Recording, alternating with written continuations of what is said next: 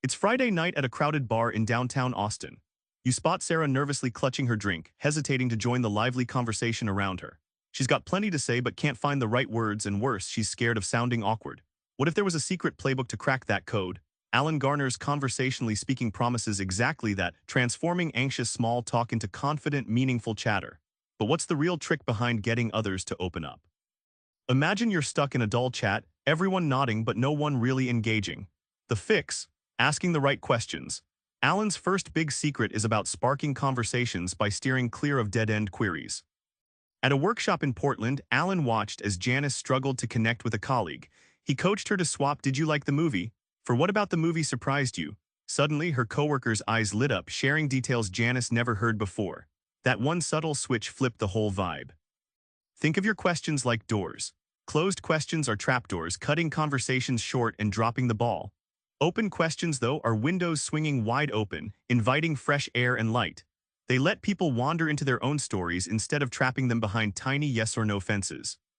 When you ask an open-ended question, you're handing the other person a stage and a mic. They start narrating their experiences, ideas, fears, even passions.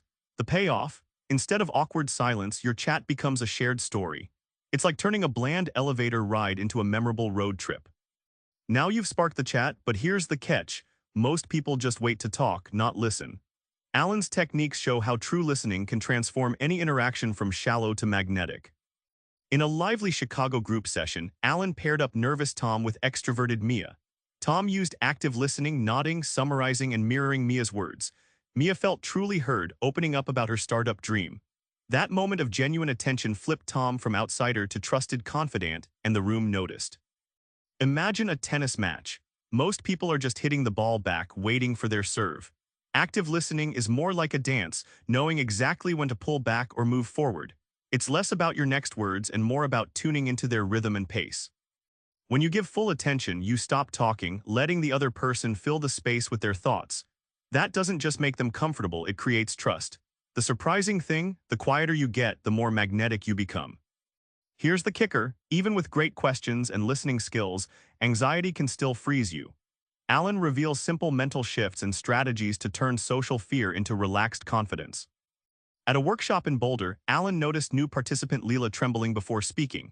Instead of fighting her nervousness, Alan encouraged her to label the sensation. "I'm feeling excited, not scared." That reframing stripped fear's power, and Leela soon carried the floor with warm, genuine energy. Think of anxiety like a fire alarm. It's loud, distracting, but meant to alert, not stop you.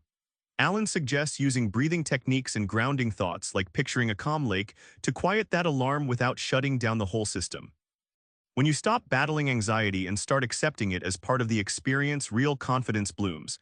That confidence isn't about being flawless, it's about being real. And guess what? People connect more deeply with genuine, imperfect conversations than with polished, robotic scripts. Remember Sarah at that Austin bar, holding back on her words? Now imagine her trying one open-ended question, really tuning in and telling herself it's okay to be nervous. Suddenly, she's part of the conversation, laughing and sharing stories. Here's your move. Next time you hesitate, ask an open-ended question and listen like you mean it. Your best chat is waiting. Subscribe for more book summaries like this one.